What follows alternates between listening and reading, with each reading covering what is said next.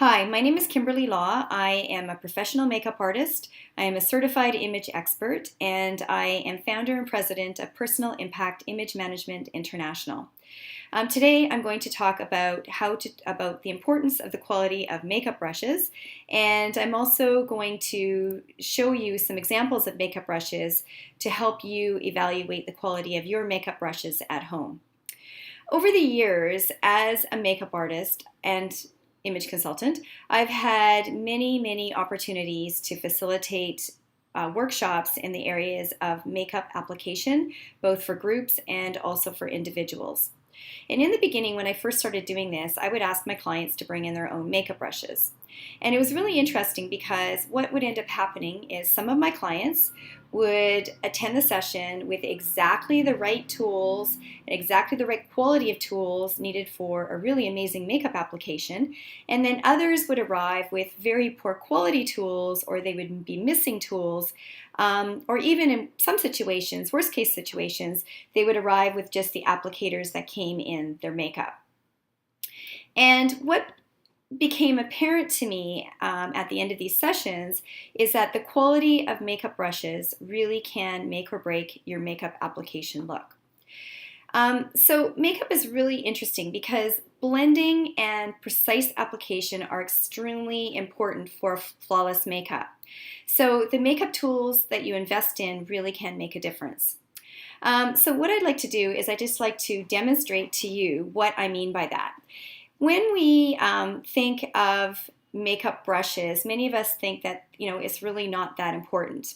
But if you compare it to a hammer, so I have two hammers here to demonstrate, you'll look at these two hammers. Now, they're both hammers. They're both used for nails.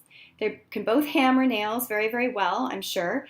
But what you will notice about these two hammers is that they're very different in size. They're very different in weight, and they would normally be used to hammer various sizes of nails. So for example, like a makeup brush, the hammer is the tool and the nail is the application product. When you look at this hammer and you look at this nail, you can see by the size of this nail that this hammer is way too big, and it would likely not only bend and damage the nail going in, but it would probably also damage the finish that the nail is actually going into as well. So that's the same with makeup brushes. A makeup brush is the tool, and the actual makeup is the finishing product. So you need to choose the right tool for the right product, and you also need to choose the right tool for the area or the type of application you want on that particular area of the face. So today, for today's purposes, I just want to demonstrate different qualities of makeup brushes. These are two examples of makeup brushes. They are both technically used for the same thing. So they're both blush brushes, and a blush brush is used to apply blush on the cheekbone area, so in this area. Unfortunately, not all blush brushes or not all makeup brushes are created equal, so some are better quality than others. And this is an example of a really good quality makeup brush compared to a not so good quality makeup brush. As you can see, this makeup brush is a little bit fuller. It's much denser, so the hair on it is much denser.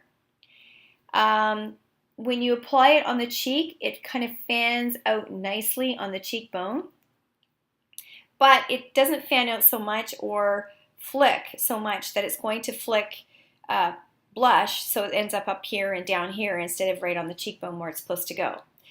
This blush brush, on the other hand, it's a little longer. The hair is a little longer on it, but it also is not as dense, and it's a lot more flexible. So if you compare the flexibility of the two, as you can see, if you apply this on the cheekbone, chances are it is more likely to flick product where it's not supposed to go. Not only that, but the size is not quite right for the cheek area, and it doesn't fan out in the same way to apply the product where it's supposed to go. So these are just two examples of different brushes which are supposed to be for the same thing, but definitely not created equal. And as I said before, choosing the right brush for the right application is really, really important when it comes to applying makeup.